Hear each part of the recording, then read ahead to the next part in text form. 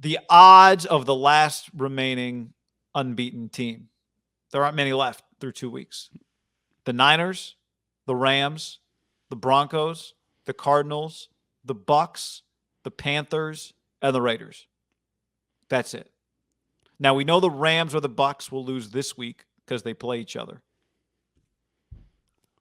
These odds are a little off to me because, these are the odds, but they don't make much sense because the Niners play the Packers, who are, they do have Aaron Rodgers and a really good team.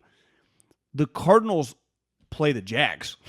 So this was on DraftKings Sportsbook, but that to me feels like much better odds. I think. Get in our DraftKings game. Sign up with the code HAM. The link is below. Go get in it. Yep. Promo code HAM. Also, mybookie.ag. You want to gamble this weekend? Use the promo code HAM1. Play some bets. I don't know if it's just because the Niners, are a public team. I don't know. It doesn't quite make sense to me. I actually think the Raiders. Now, ultimately the Dolphins. Remember last year they didn't have wide receivers. This year they got Waddle and Fuller's back. They still have good players, and they are I know they just got their ass kicked, but you saw week 1, like they can be feisty. Hell, they won 10 games last year with this coach and a lot of the same personnel. So it's not. The Raiders could lose this game.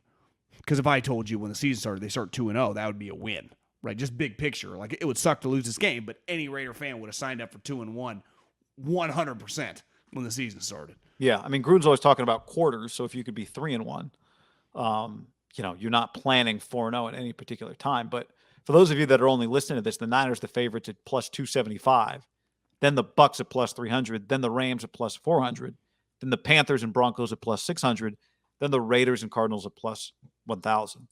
And I think for me the question is, are this team we've been watching, is that the Raiders? Because if that's the Raiders, then they're better than the Dolphins, and they might be better than the Chargers. Well, and it's going to turn into a home game, right? And that's going to be a home game. A lot of silver and black. Like, to me then, I think they're better than 1, 2, 3, 4, 5, 6, the next 6 teams they play. Dolphins, Chargers, Bears, Broncos, Eagles, Giants. Now, not everybody you don't just beat the teams you're better than and only lose to the teams better than you. We know it doesn't work like that.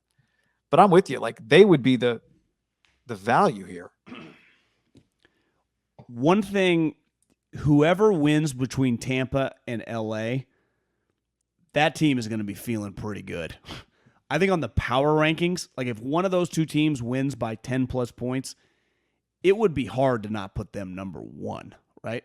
Yes. Tampa would that you have to put whoever wins that game number 1. Yeah, and if the Rams win, and I think it's fair to say if they win, Stafford would probably look good. They would be feeling pretty good. So if the Niners can beat the Packers, all of a sudden one of those two teams is a lock to be undefeated, right? Because they play each other. So then if the Niners win, like they're just kind of keep and serve with whoever the other one is. Now, I think you'd rather, if the Niners would choose, they want the Bucs to win. We'll just deal with the Bucs later. We don't play them, but like we can't control what they do. We want the Rams to lose games. Yeah. So they'll be rooting for the Bucs. And if you're the Raiders, even with the Broncos, they're just not going to lose. I would say if they lost to the Jets, that'd be the biggest upset so far this season, right?